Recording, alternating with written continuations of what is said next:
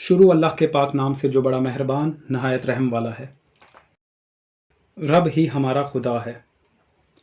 دنیا میں انسان کی تخلیق سے لے کر آج تک ماضی کی تفتیش کر، آسمان کے ایک سرے سے دوسرے سرے تک کھوج لگا، کیا اس سے پہلے کبھی اس طرح کا معجزانہ کام ہوا ہے؟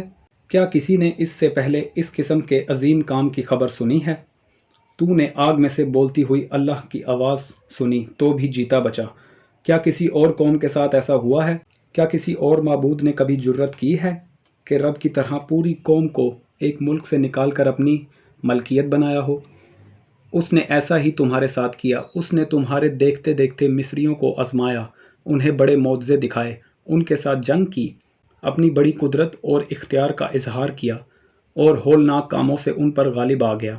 تجھے یہ سب کچھ دکھایا گیا تاکہ تو جان لے کہ رب خدا ہے، اس کے سوا کوئی اور نہیں ہے۔ اس نے تجھے نصیحت دینے کے لیے آسمان سے اپنی آواز سنائی، زمین پر اس نے تجھے اپنی عظیم آگ دکھائی جس میں سے تو نے اس کی باتیں سنی۔ اسے تیرے باپ دادا سے پیار تھا اور اس نے تجھے جو ان کی اولاد ہیں چن لیا، اس لیے وہ خود حاضر ہو کر اپنی عظیم قدرت سے تجھے مصر سے نکال لایا۔ اس نے تیرے آگے سے تجھ سے زیادہ بڑی اور طاقتور قومیں نکال دیں تاکہ تجھے ان کا ملک میراث میں مل جائے۔ آج ایسا ہی ہو رہا ہے۔ چنانچہ آج جان لے اور ذہن میں رکھ کہ رب آسمان اور زمین کا خدا ہے، کوئی اور معبود نہیں ہے۔